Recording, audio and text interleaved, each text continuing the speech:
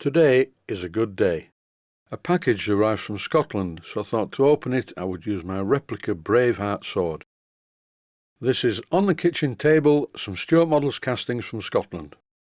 The package was in two halves, and the sword made short work of getting through that.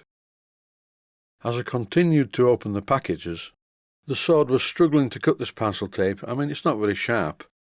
But then I thought to myself, if the people of York had worn armour made from parcel tape, gaffer tape and sellotape on a cardboard base, when William Wallace attacked York, the weaponry would have been ineffective if the people of York had been covered in parcel tape.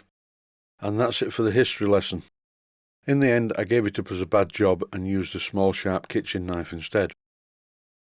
And look what's in the boxes. This is a Stuart Models kit for a half beam engine, a grasshopper beam engine. I've always fancied building one of these, so I'm looking forward to this project.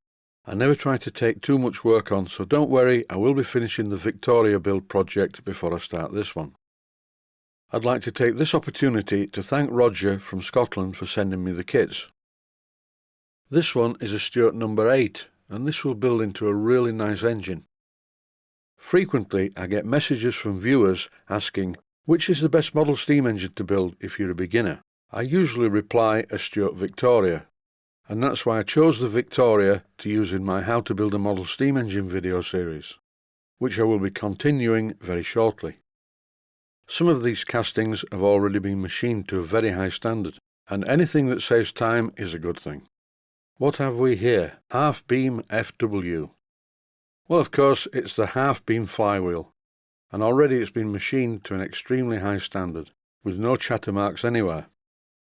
Here's some more half beam parts, and the cylinder is exactly the same casting that is used in the Stuart Victoria.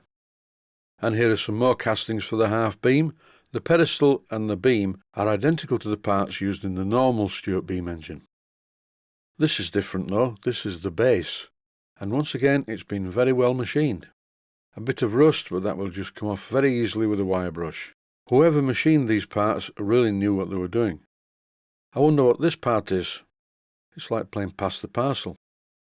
I'll get there eventually. Aha, it's full of random Stuart parts. This is some bearing material. I'll put the parts one by one back in the bag as I look at them. This part is obvious. It's an eccentric sheave. This part is less obvious. It's the material to make the gland nuts out of. This part is the steam chest cover, and once again it's been machined to a very high standard, and all the holes are drilled in the right place. This is a piece of cast iron. It has a number 7 on it, which is possibly a clue, although I do believe that the cylinder for a number 7 and a number 8 are identical. Before I put my replica of the sword used in the film Braveheart back into my collection of medieval weapons of mass destruction, I thought I'd have a bit of a play with it and threaten this box. Once I opened the box, not using the sword, using a sharp knife, this is what I found.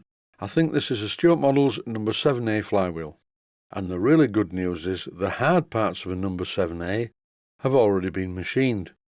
And for me that's really useful because I do not like machining the vertical standards on these Stuart Models engines. In another small bag inside the package are lots of castings, and these along with some other parts will make into the reversing gear for the 7A engine. And there's even more. What's this? When I get the bag open, oh yes, more castings for the 7A. I'll have a quick ferret through them and see what they are. Oh yes, I know what most of these things are. Here's a connecting rod casting, and here is an unmachined cylinder casting for the 7A. So I'm really pleased with these parts. Thank you very much, Roger. I really am happy with these. Last but not least is a set of castings for a Stuart Models water pump. This is not the hand pump, it's the steam-driven water pump, and I must warn anyone thinking about building one of these, they are not easy to build.